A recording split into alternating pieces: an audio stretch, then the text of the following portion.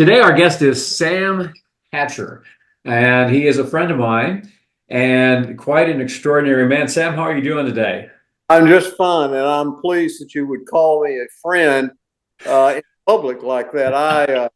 I once had a very prominent college university president. He was a former president of Lipscomb University, and someone introduced him and said, "Thanks to Sam Hatcher, Dr. Steve Flatt is with us today, and I want to publicly thank Sam Hatcher for bringing Dr. Flatt to us to be a guest speaker." So when Dr. Flatt stood up to speak, he said, "Well, the first thing I want to say is I believe that's the first time I've ever heard Sam Hatcher call somebody best friend in public. So thank you for that." Well, speaking of colleges, you were on the faculty for Lipscomb and Cumberland, is that right? That's right. That's exactly right. Yeah. Um, I'm here at Cumberland's webpage, and there's a little blurb about you. I'm going to read this because I couldn't possibly remember all the things that are in here about you. You served in the National Guard for 35 years. You are RA director and serve as treasurer of the Nashville Eastern Railroad Authority, and has served or is serving on the boards of Cumberland Region Tomorrow, Equal Chance for Education, Alive Hospice, that's awesome, the Community Foundation of Wilson County, the Lebanon-Wilson County Chamber of Commerce, Lebanon's University Medical Center, it's now Vanderbilt, of course, and you are a former member of the faculty of Cumberland and Lipscomb. You're a Renaissance man, aren't you? Hardly the case. I've been fortunate to have a lot of opportunities, and and I say this, but I just enjoy doing a lot of diversified things. I don't like just sitting and doing one thing day in and day out. And I love this opportunity to be on this railroad board. That is really interesting. The railroad is, and a lot of people don't know about our short line railroad, but that's sort of an interesting thing. I love being on the Cumberland University board. There are always challenges right now with growth that we're dealing with. But these things are just sort of fun to get up in the morning and know, well, I may be doing this or I may be doing that. So, and this morning, I'll have to say, I got up at 2:30 this morning, but I just woke up. I just took me a little nap. I took about a 30-minute nap to get ready for you, Rick. You get a little battery charge in the afternoon. That's a good thing. It's a very good thing. I need it badly. Yeah.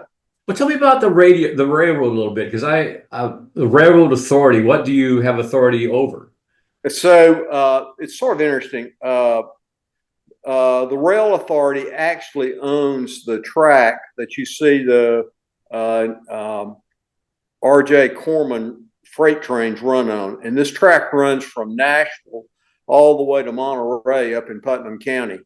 And we have four counties. We own the track in Davidson County, Wilson County, Smith County, and Putnam County.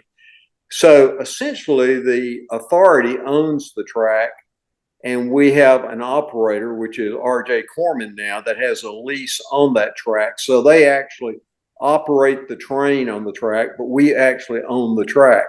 So it's sort of an interesting deal, and it was created by Governor Ned McWhorter because at that time, short lines were, and they still do, provide a very valuable service to small communities. And the railroads, the big railroads, were sort of abandoning a lot of the track. They were focused on running trains from Atlanta to up the East Coast or whatever. And these little communities like Cookeville and Carthage and Lebanon, they have industries all up and down this rail track. So these short line railroads, they pick freight up maybe from a large yard in Nashville where the A-line railroad runs, and then they bring that freight on their short line up to Wilson County or Smith County or Putnam County. So, and it's the same track that the commuter rail line runs on. So it's our track that the commuter rail runs on. So if the Cormans leased it, how does the Star get permission to run on it? Do you give them the authority, or how's that work? They operate the Star as well. Oh, they do. Okay. Yeah. So the RTA owns the Star, but Corman operates in conjunction with their railroad.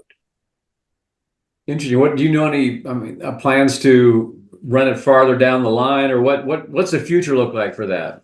Well, as a matter of fact, in our meeting last week, there's a discussion about that, and there's an ongoing study right now that's being done by the RTA to see if there's a way to improve the service. They are looking, and I don't think I'm giving away any secrets, but they are looking at perhaps rearranging the schedule where the service may be at night going into Nashville. And at least having one train going in, one train coming back out at night, where I believe there are four trains. I believe there are four trains now going in the morning and coming back, in the afternoon, or coming back during the course of the day. What's really interesting about that, the ridership has really improved during the pandemic. The ridership got down to like, I'm going to say maybe 35, 40, 50 passengers a day. Can't run a railroad on 35 passengers. No, it's pretty tough. But now it's bounced back up to probably over 1,000 a day now. Oh, really? Oh, wow. So it's not quite back to pre-pandemic, numbers. Close, but not quite back. I believe before the pandemic, we were probably running 1,500, maybe 1,600 passengers a day. So of course, being on the board at Cumberland, I think it'd be sort of interesting. I'd be curious to see your thought about this, but I think it'd be sort of interesting coming back from Nashville during the day. There are absolutely no passengers on the train. No one from Nashville is coming back to Lebanon. Mm-hmm. People riding the train are going into Nashville, and really they start in Lebanon. There are two stops in Lebanon, and then there's Mount Juliet, Donaldson. Seems like I'm leaving one out, but I think it'd be interesting for Cumberland to maybe bring students from Nashville. They may pay $1, to ride the train back to Lebanon out of Nashville. Whatever they pay would be more than the railroad's getting now. And I think it'd be a really interesting trial run maybe for Cumberland to see about attracting students out of Nashville. So, they don't have to deal with traffic.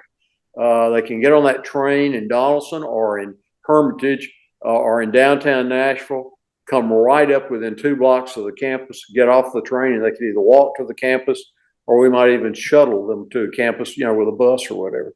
Well, that sounds like a good idea, and the kids could study on the way in and out of town.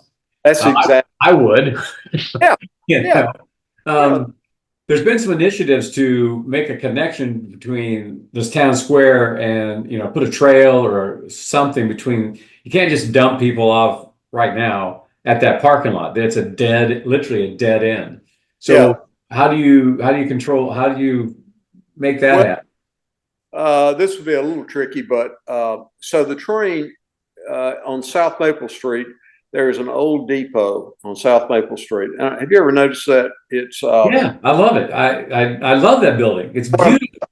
So if in my mind, of course, I don't know how RJ Corman or the RTA is going to feel about what I'm saying, but I think we could take that and create that as the train stop for the commuter. Let that commuter stop instead of the one over that you're talking about with the large parking lot. Let it be that stop. That way people get off there. I mean, they're a block from the square. Then that's an easy walk. That is brilliant. I'm right behind you, buddy. I'm right behind you. Good. I'll use you for that. Hey, how's that 9/11 running for you, my friend? Pretty good. I may bring that out this afternoon. I got to go to a little open house at a local bank, and I might strut out in that 9/11. I haven't had it out in about 2 weeks, so I might. What time are you going to be there? Don and I are going we'll be there a little after 5. That's when we're going. As a matter of fact, I'll see you there. That's good. Yeah, bring yours. We'll park side by side. Yeah, well, we'll be the cool kids. Yeah, Okay. I like kids. I love that. That's good. Hey, so the Kiwanis roasted you recently. Do you remember that? I do remember that, and it was pretty bad. And you should be pretty sensitive about that because they got on us pretty badly about that. Matter of fact, I was let's see, I was somewhere this week, I believe, and somebody was getting on me saying, "Is it Porsche or Porsche?" They were Oh. having a big time with that, because they had been to the roast, of course. And anyway, Well, uh, one daughter got it right. I'm sorry. One of the daughters got it right, and one of Yeah, them that's right. kind of dropped the ball a little bit. But they Yeah. were pretty rough on you, Sam. They alluded to the fact that you are frugal, although they think that's a generous word for. I don't know where they get that. I shop. I do tell you that I shop. I'm a sucker. I'm a sucker at Publix for the buy one get one free. And of all things, I went to Publix yesterday, and I believe you'll remember from the roast. I go just about every day, but I went to Publix yesterday, and they had Cheetos on sale. Buy one get one free. I love Cheetos. And that is, I tell you, the last thing I need. You're in great shape. Your stomach's flat. You're in great shape. I look like I don't know what I look like. See, I look like a snowman sitting down. And there I go buy those Cheetos, and dadgummit, buy one, get one free. How can you pass them up? So I bring home a bag of free Cheetos. Was the cart full or just Oh, half full? no, it wasn't. No, I bought a 14-ounce steak, ribeye steak, and a bag of Cheetos. That's what I bought. Whoa. Well, you got two bags. You bought one, it's a BOGO. So you got two, right? I just bought one. I got it half. Oh, So you get it at half price. So okay. I, Okay. I took. So Sam, what are you excited about right now? And you have a lot of interests and a lot of things going on. You're a painter, you're very active in the community, but what gets your attention right now? That is really a good question.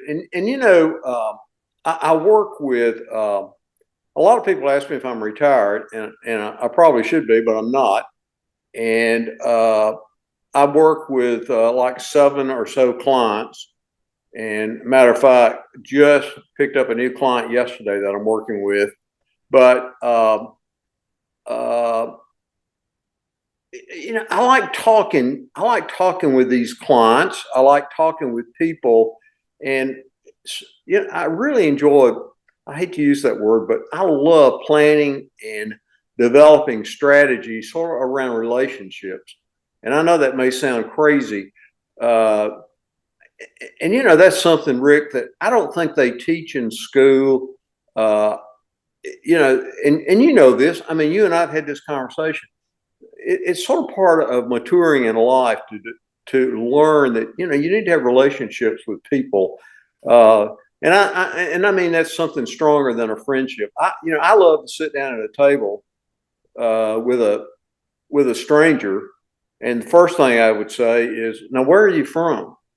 And they're going to say, "Well, I'm from St. Louis," and then I'm going to probably say, "Well, we had a baseball player at Cumberland."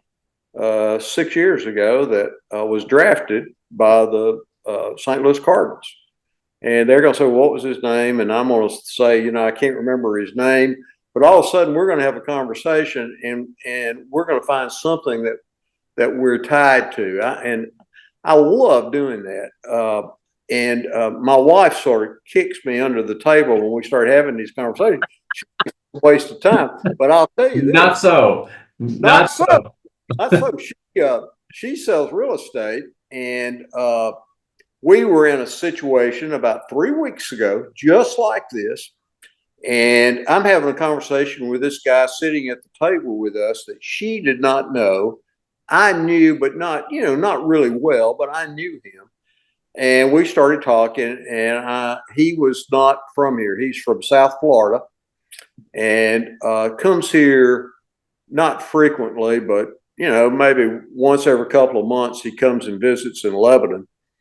And I said, man, next time you come, you need to come to Five Oaks. We'll play golf. And he said, what is Five Oaks? So I told him, a little bit about Five Oaks. And I said, now, my wife's sitting over here. She hadn't said a word. I said, she's in the real estate business. She sells real estate. She's got some drop dead gorgeous lots for sale. The last lots in Five Oaks, they got a beautiful view. You can see all the way to the southern hills of Kentucky.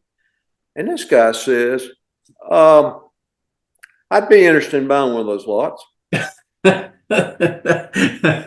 So, we leave, and he says, give me directions to get there. So we gave him directions. He was flying out of town the next morning, and dadgummit, if he didn't drive to Five Oaks, look at the lot, called her on Monday, and has bought one of those lots at $300,000. But it's only because we started this conversation, and I just love stuff like that, So now has she not kicked you quite as often after that? Yeah. That was more of a kiss than a kick, but and you're like that. I mean, I know you and I have been together socially, and you're like that. You ask a lot of questions, and I just think that's sort of good to get to know people, It really is. And you brought to mind, I was in New York on business a long time ago by myself. Donna and I usually travel together, but I was by myself, and I'm on the subway, and I'll start talking to people. There you go. There you go. And it freaks them out at first because nobody talks to anybody on the subway in New York. They just don't. Yeah. This guy came in. He's a young man, kind of raggedy dress, but nice look, clean looking kid. He's got this amazing book that he's reading. I asked him about his book, and we're talking about that. And I said, well, what do you do? And he says, well, I'm a model. And he'd been all over the world, in France and everywhere. And you look at him and go, oh yeah, you are a model, aren't you? And I wouldn't have known that, and he's just a nice guy. And he told me all about traveling to Europe and being, it was amazing. And I wouldn't have known that. I could have just thought he was homeless, and he wasn't. And you just never know what somebody is going to have under that facade or whatever that you're presented with. And somebody said, I don't know who that was, but somebody said, everybody's got a story, Yes. and that's probably true. And here you are doing this podcast, and you do this regularly, where you find people's stories, and that's just, and you're good at this because you enjoy people. I think you got to enjoy people to be able to, Yeah, I think that's probably true. Well, you're a journalist, right? You were associated with Lebanon Democrat and Main Street Media. Is that? That's it. Right? Yep. So what's that all about? Well, it's really interesting. I started writing sports for the Lebanon Democrat when I was in college at Cumberland, as a matter of fact. And this was 100 years ago. And Cumberland was a junior college at the time. So I wrote sports for 2 years, really sort of enjoyed writing, and left Cumberland and went to Tennessee Tech to get my bachelor's degree.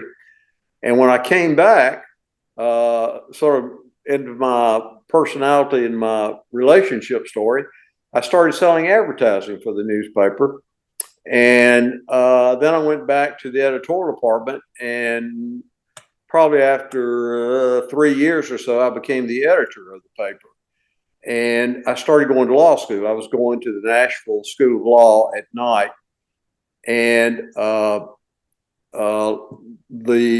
publisher of the paper left to take a job somewhere else. And when he left, the owner of the paper, which was in East Tennessee, he was in Johnson City, owned 7 newspapers in the state. He said, do you want to be the publisher of the paper?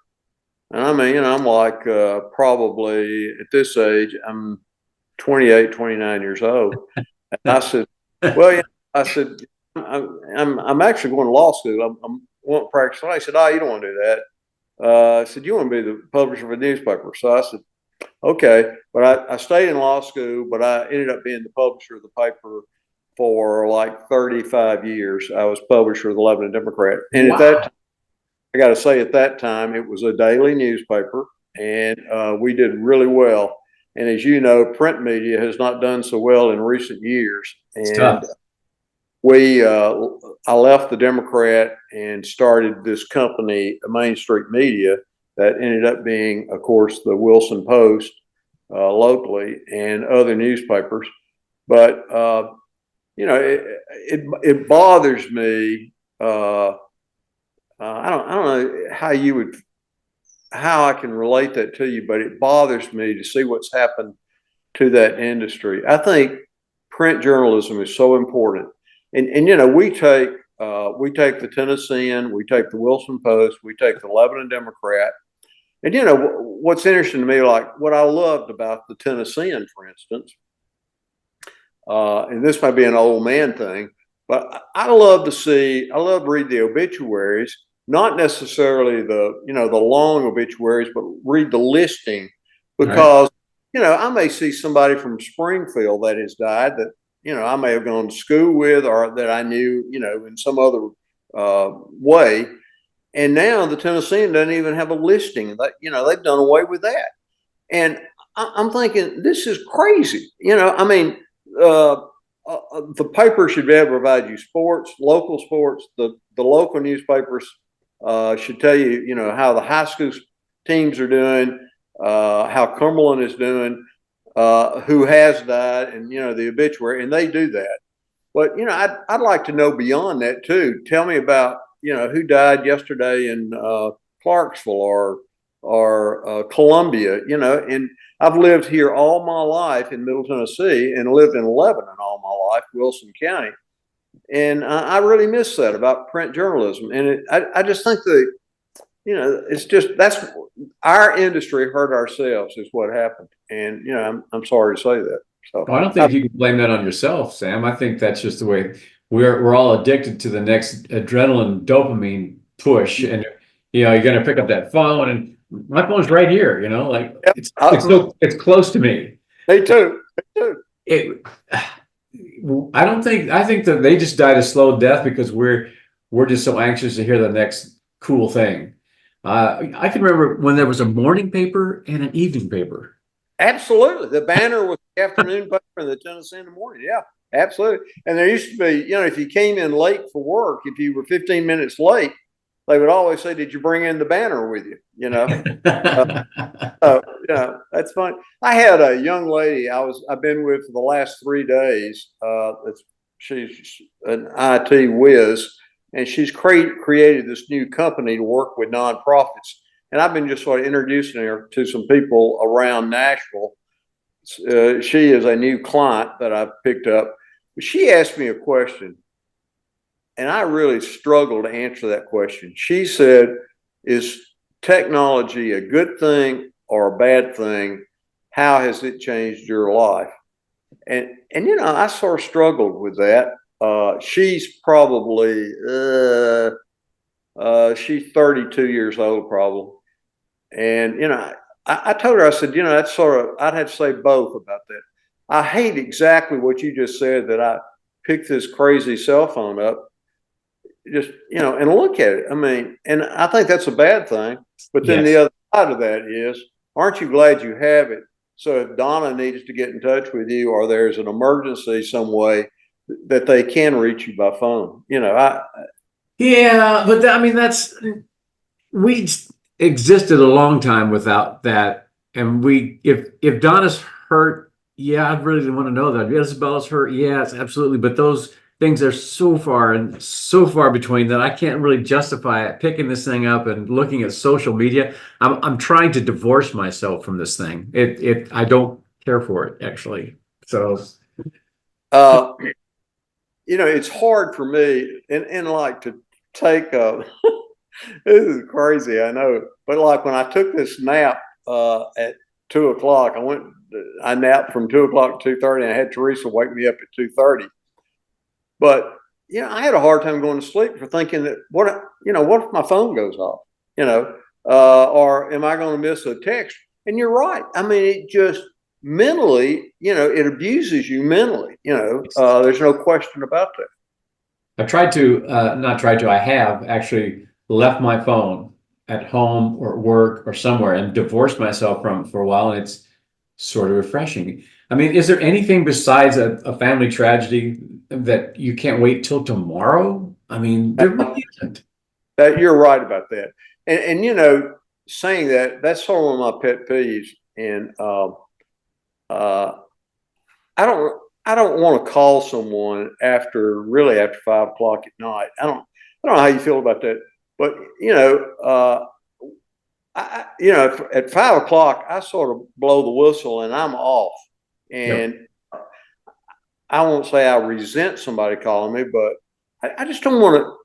I've talked all day to people and I've worked all day, and I want, from 5 o'clock to the time I go to bed, I want that to be sort of Sam's time, relaxed time, and Teresa and I may watch a movie on TV or something like that. And Yes.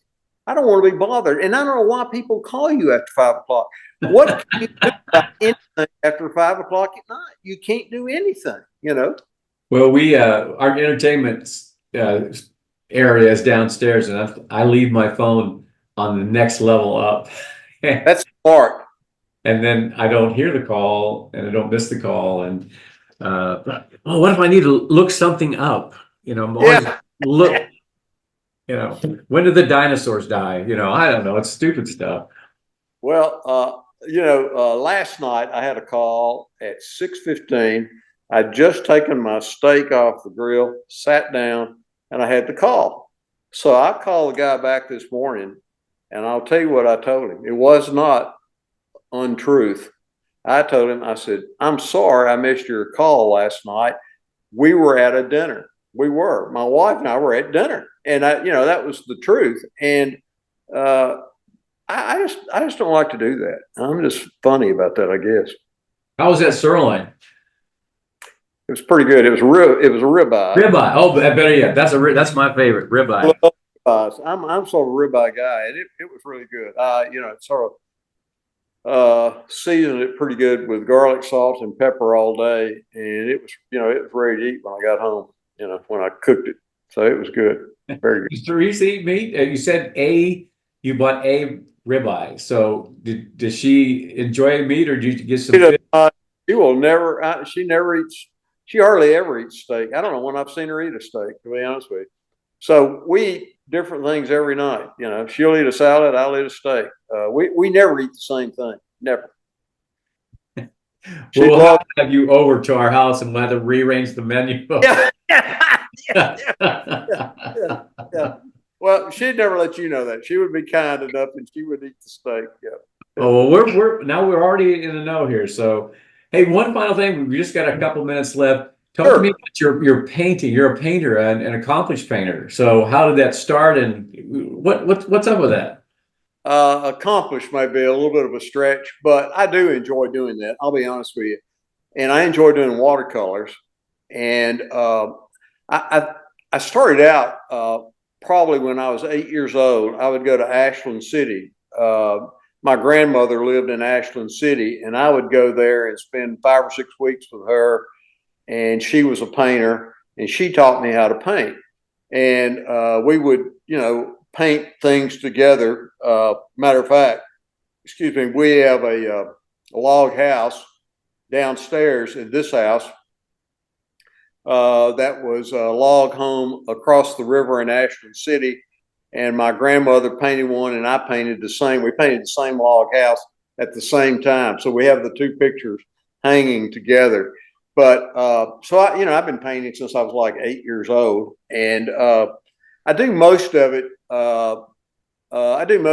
Probably from November, late October, early November through February, when the weather is sort of bad. You can't get outside and do anything.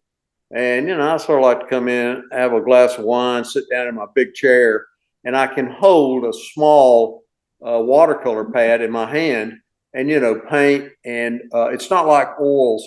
I love to paint oils, but, when you start painting oils, you got to set the dadgum easel up. You got to paint. You can't put it up. You got to leave the paints out, and then you have to clean the palette or the paints dry out. There's a lot of problems with watercolors. You can just sort of piddle along, and you get tired, just put it up.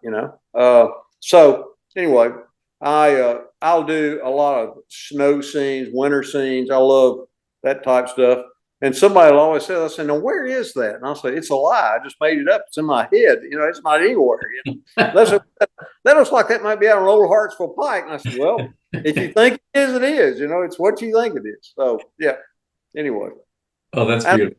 paint houses, and I know Donna had mentioned I'd love to come and look at y'all's place and make a attempt at it. That's always scary because when I painted Ed and Susie's house, our friends, I didn't tell them I was doing that because you start doing it, and if it turns out to be a big mess, you don't want to show it. You know what I mean? Look at this. Yeah. What is that? Yeah. And what are they going to do? They're going to say, "Oh boy, that's really nice." Yeah. That's beautiful. Yeah. So anyway, Well, Sam, that's all the time we have for today, folks. I really appreciate Sam. I appreciate you being with us. I'd love to have you back sometime. I could talk for hours with you, my friend. No problem. well, you're fun. You really are, and you're so good at this. You're really good at this, and I appreciate you letting me be with you today. This has really been fun. Thank you so much. Look forward to seeing you very soon. Yes, my pleasure as well. Now, folks, when you want to find your way home, always remember it's bubbles up.